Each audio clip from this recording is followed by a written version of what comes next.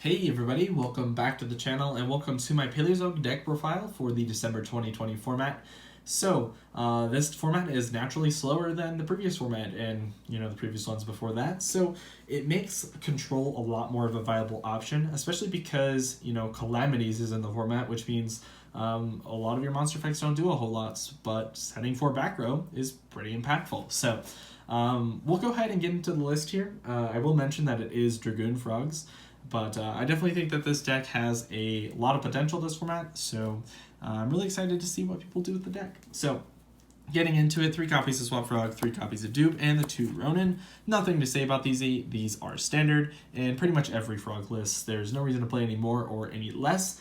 I think the only reason that you would play any more is you would probably be playing like a Ronin Totem if you are playing Desires, but playing 3 possibly, or if DD Crow is relevant in the format, you could play 3 maybe. I don't know. I don't think it's like really good to do that. I think that 8 is just the sweet spot. You see a perfect amount. Usually you don't see too much or too less, which is really nice. Then moving on, we are playing the 3 copies of the Red Eyes Fusion, obviously the 2 bricks, so we won't even mention those. So there are a lot of parallels between the Red Eyes Fusion engine and the Swap Frog, or just the generic Frog engine entirely. So if you've seen my last deck profile, I mentioned that Red Eyes Fusion is essentially your 4th, 5th, and 6th copies of Swap Frog. So on the surface, that sounds like a really dumb statement to make, but hear me out. Swap Frog will essentially get you into Toad, right? Usually you just get into Toad with Swap Frog and it's pretty good. So drawing a Swap Frog is good. Toad is inherently an Omni Negate, and if it survives, then you can basically just OTK your opponent. Or grind until you can OTK your opponent or something like that. Red Eyes Fusion is very similar. You can just activate it, summon a Dragoon. If they don't deal with it, usually you just win the game. So they're effectively very similar cards in function. Obviously, they're not literally the same card, but they are functionally the same in the deck. So I think that is a really good reason to play the Red Eyes Fusion. I think it could be a really good argument to play Red Eyes Insight in your deck, which will search for the Red Eyes Fusion. Obviously, you have to play another brick in the form of typically Red Eyes Wyvern, which if you don't know, it can revive back Dragoon on a following turn if they somehow out it. Which sometimes they do, but it's another brick. But you will be playing 6 copies of Red Eyes Fusion in that case, which is really good with the 3 bricks. And yeah, I think that could be a really cool option. I'm playing 45 cards right now, so I don't see the 2 bricks very often. But you could have a really good argument to play the Red Eyes Insight engine as well. Another really cool synergy quote unquote with the deck is very similar to Dragoon. If you play Dragoon Red Eyes, is that you can set the turn that you activate Red Eyes Fusion, so you can set your Dupe Frog or Ronin Totem, and you will have a Dragoon plus a Dupe Frog set. So you can follow up the next turn with another summon of a Frog and make a Toad. So that's pretty cool. Moving on into the hand traps, we are playing 6 in our deck, so we are playing 3 copies of Ghost Spell and 3 copies of Ash Blossom. Impermanence is not good this format, I don't think, so I cut it from the list entirely. I don't think it's really good at all, so why not? We just cut it. But Ash Blossom is just inherently a standard hand trap. I don't think there's anything to say about that. Ghost Spell is pretty cool. A lot of people were wanting to play this format because Drytron is pretty relevant, and this tops all of the graveyard effects, which is pretty cool. Against Eldritch, it doesn't do a whole lot against their trap cards in the graveyard since they vanish for cost. However, you can still hit Scarlet Sanguine since it can summon from the graveyard, so it effectively does the same thing as Ash against that deck. So that's pretty cool. Against Virtual World, I have no idea since I don't know what Virtual World does. I should probably read up on some of those cards. Then moving on into the rest of the deck, we are playing the 1 copy of Pankratops and the 1 copy of Call by the Grave. These are flex spots, or spots that you can just replace with anything else or just remove entirely. So yeah, they're just utility for me personally. One thing about Pankratops is that I know a lot of people may think that this is weird, especially because this deck is a going first deck, but going into turn 3 is fine, because usually you just set 4 back row and pass your turn, or maybe 1 monster, or a Dragoon, set Dupe Frog, or a Toad. So if they deal with your monster, you're field is clear, you can summon Pankratops. If they don't deal with your monster and they have 2 monsters on the field, you can still summon your Pankratops. So I think that it's honestly just fine, especially since it's a decent going second option against some boards. So I figured I might as well main deck it. Why not?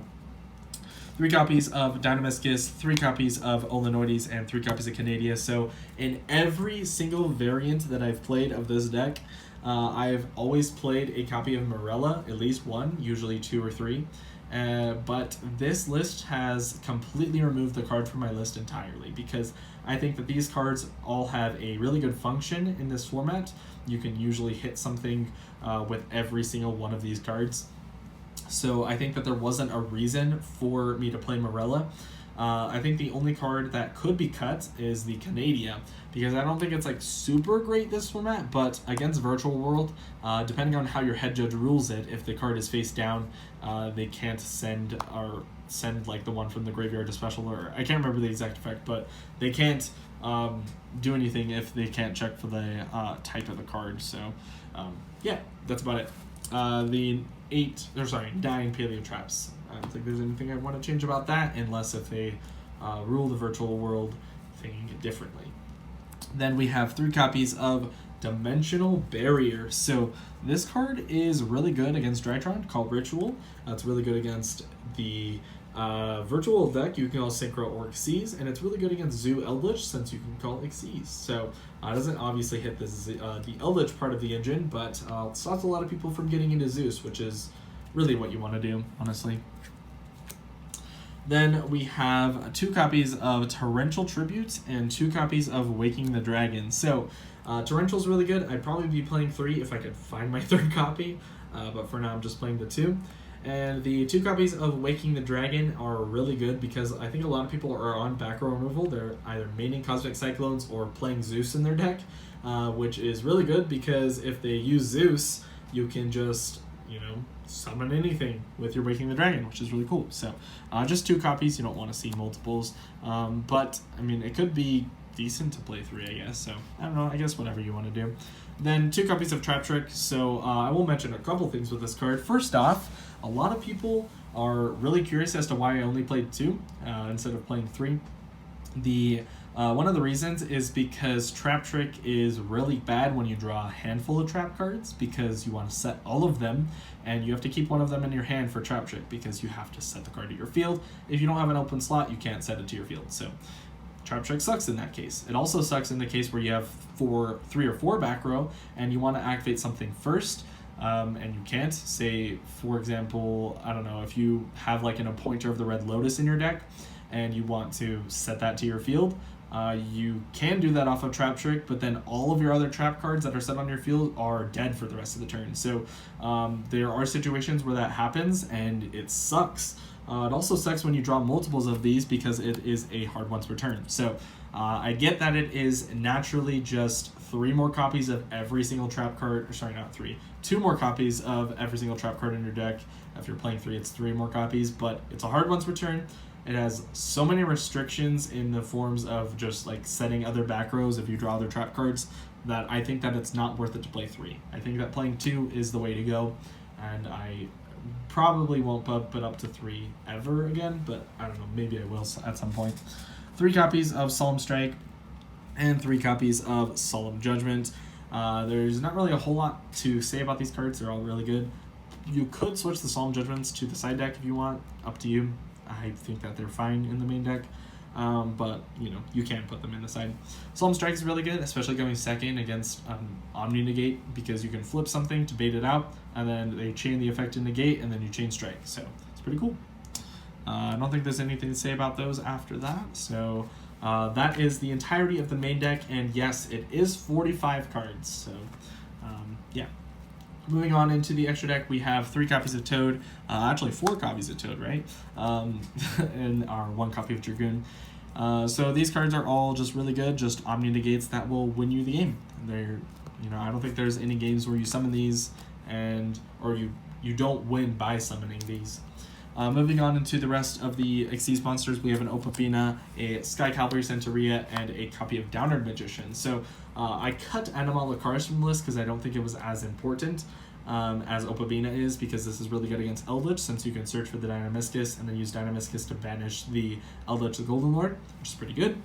Sky Cavalry Centaurea is a good reason to get rid of Dragoon. So naturally, in our main deck, we don't have a lot of outs to Dragoon outside of like D-Barrier plus Dynamiscus, I don't know, something like that.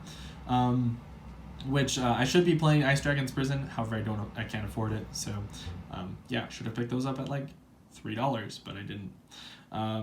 But yes, Sky Cavalry is a good extra deck that can out the Dragoon just by bouncing it back to the extra deck if you bait it out.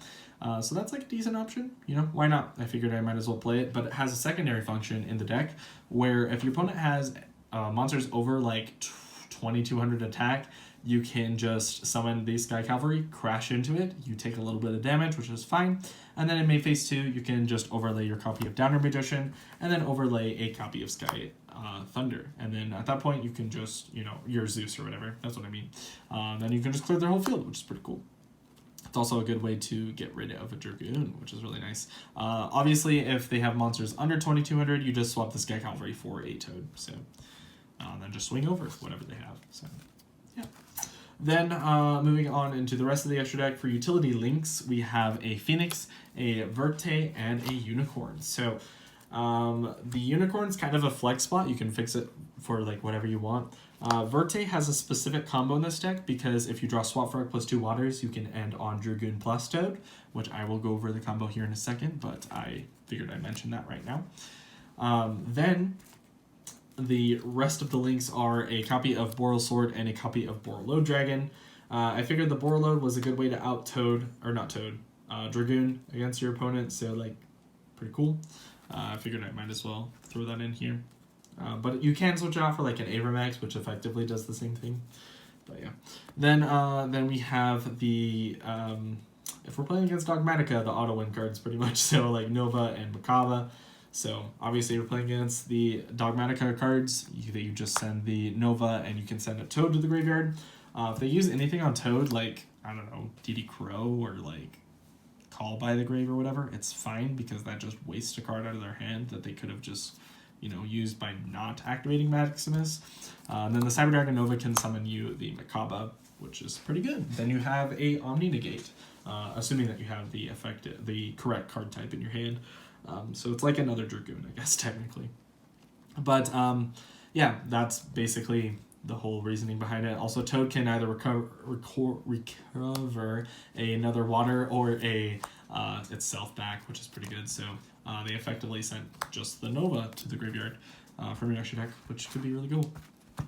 But yeah, I was having a really hard time saying that. Moving on to the rest of the side deck, we have 3 copies of Gamma Seal, 3 copies of Anti-Spell Fragrance, 3 copies of Evenly Matched, 3 copies of Heavy Storm Duster, 2 copies of Mystic Mine, and 1 copy of Imperial Order. I don't think there's a whole lot to say about this. Sorry for the glare, by the way, but there's not a whole lot I can do. Gamma Seal's like for Dragoon, obviously, or like build a board type decks. Anti-Spell for like, I don't know, Striker, Drytron, Invoked. Has a lot of those. Same thing with like Dogmatica sometimes. Evenly is like really good at this format because there's not a lot of the like Omni Negators in the format, so these are pretty good. Heavy Storm Duster can be useful against Altergeist since I know that's making a comeback, and Eldritch, I guess, or Dogmatica. You can hit their cards. It's pretty cool. Mystic Mine could be pretty cool. You know, just stunning your opponent out. And then Imperial Order for the same reason as the Anti-Spell Fragrance, pretty much. So, yeah, I don't think there's anything else to say about that. For the most part, I think all of these cards are pretty good, and yeah, not much to say. Then moving on into the combo that I wanted to show you. So if you draw Swap Frog plus any 2 waters, I'll just pick 2 Ronin Totem for example, but you can obviously have any of your frogs. Then you can end on your Toad plus Dragoon. So the combo is that you just discard a water for your Swap Frog, and then use your Swap Frog's effect to send a Dupe Frog to the graveyard. And then you can go ahead and use Swap Frog's effect, which will bounce itself back to the hand. And then you can go ahead and use its effect again to discard the Ronin to special summon itself. Use the effect again to send another frog to the graveyard. And it's really cool here since you can banish 2 frogs out of your grave to summon both copies of Ronin Totem. link off the Ronin and the Swap Frog into a copy of Verte Anaconda. Sorry, that's not Verte.